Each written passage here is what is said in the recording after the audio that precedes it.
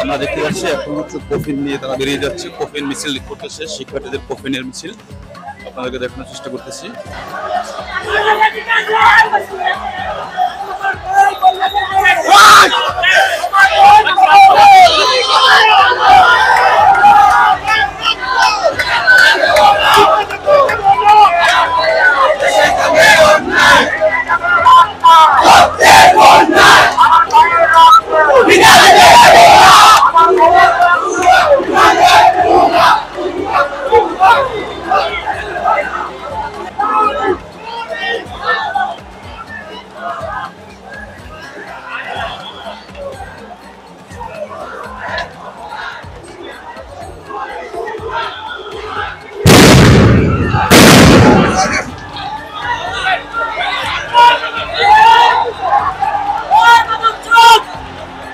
আপনারা দেখতে পাচ্ছেন ককটেল বিস্ফোরণ হয়েছে, ইতিমধ্যে ক্যাম্পাসে উত্তেজিত ছাত্র জনতাকে রক্ষার জন্য ককটেল বিস্ফোরণ করেছে পুলিশ এবং বিজিবি। তো ছাত্রদেরকে ছত্রভঙ্গ করার জন্য মূলত এই ককটেল বিস্ফোরণ করেছেন তারা। আমরা সরাসরি আপনাদেরকে দেখানোর চেষ্টা করেছি যেভাবে পুলিশ ছাত্রদেরকে ছত্রভঙ্গ করার জন্য ককটেল ছুড়িয়েছেন।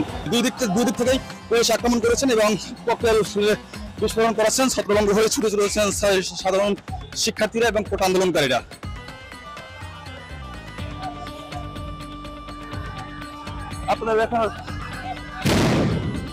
আপনারা দেখতে পাচ্ছেন টিএসসি এবং বিসি চত্বরের দুই দিক থেকে হামলা করছে প্রশাসনের লোকজন এবং অহরহ ককটেল ফুটতেছে, প্রতি সেকেন্ডে ককটেল ফুটতেছে, মিনিটে ককটেল ফুটছে। আপনারা দেখতে পাচ্ছেন পুরো অতিরিক্ত ককটেল ফুটার কারণে ছাত্ররা ছত্রভঙ্গ হয়ে দৌড়ে শুরু করেছে এবং যে কারণে অস্থির হয়ে পড়েছে পুরো ঢাকা বিশ্ববিদ্যালয় ক্যাম্পাস। আপনারা দেখতে পাচ্ছেন অবৈধ ফাঁকাগুলি এবং ককটেল বিস্ফোরণ হচ্ছে পুরো ঢাকা বিশ্ববিদ্যালয় এরিয়ায় এবং সেই জন্য ছাত্ররা তাদের যে লাশ নিয়ে যে একটি মিছিল করেছিল সেটি থমকে গিয়েছে মাঝপথে, মুখের সেই মিছিলটি। এদিকে আমরা দেখতে পাচ্ছি রোকেয়া হল থেকে স্লোগান আসছে কোটা মেধা মেধা মেধা, সেই স্লোগানকে সঙ্গী করেই এগিয়ে যাচ্ছে সমগ্র কোটা আন্দোলনকারীরা। আপনারা দেখতে পাচ্ছেন ঢাকা বিশ্ববিদ্যালয়ের গুরুদুয়ারা নামে একটি জায়গা আছে, সেই গুরুদুয়ারা থেকে অনেক ছাত্রছাত্রী এবং কোটা আন্দোলনকারীরা তাদের জীবন রক্ষার্থে বেরিয়ে যাচ্ছে, দেওয়াল করতে যাওয়ার চেষ্টা করছে।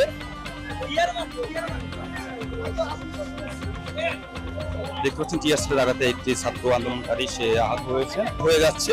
ঢাকা বিশ্ববিদ্যালয়ের টিএসসি চত্বর থেকে ডিসি চত্বর পর্যন্ত সবকিছু অন্ধকার হয়ে যাচ্ছে এবং প্রচন্ড চোখ জ্বালা পড়ার কারণে ছাত্রছাত্রীদের।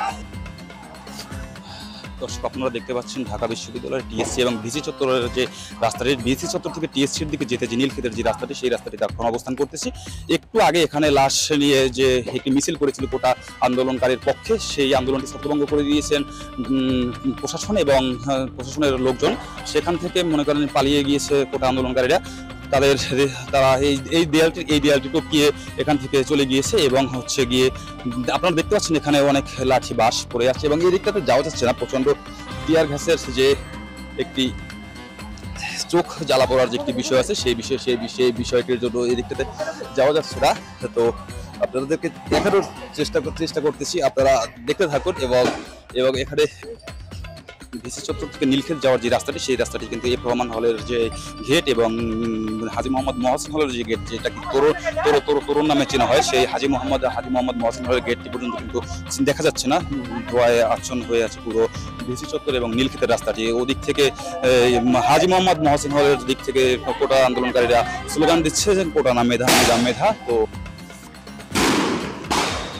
দর্শক এই মুহূর্তে আমরা মধুর ক্যান্টিন থেকে শুরু করে যে ভিসি চত্বর যে হলপাড়ার দিকে যাচ্ছি, তো হলপাড়ার দিকেও টিএসসি নিক্ষেপ করছে পুলিশের লোকজন। এবং আমরা এখন আছি সূর্য সেন হলের সামনে, যেটি ঢাকা বিশ্ববিদ্যালয়ের সূর্য সেন হল নামে পরিচিত, সেই সূর্য সেন হলের সামনে দাঁড়িয়েছি।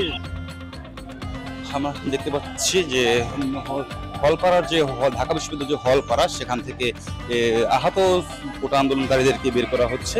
এবং তাদেরকে হাসপাতাল নেওয়ার জন্য গাড়ি রাখা হচ্ছে।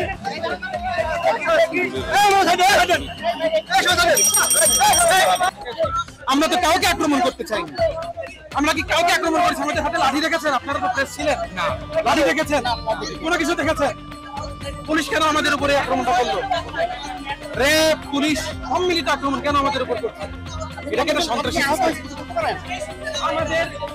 আমি তো কাউন্ট করতে পারিনি, আমরা সেই পরিস্থিতিতে নাই। তবে আমার বন্ধু কাদের ওর পায়ের মাংস ছুটে গেছে। আপনার যে সাউন্ড গ্রেনেডের আপনার যে উপরের অংশটা যেটা থাকে, যেটা আপনার ছুটে আসে, সেটা পায়ের মাংস দিয়ে নিয়ে গেছে।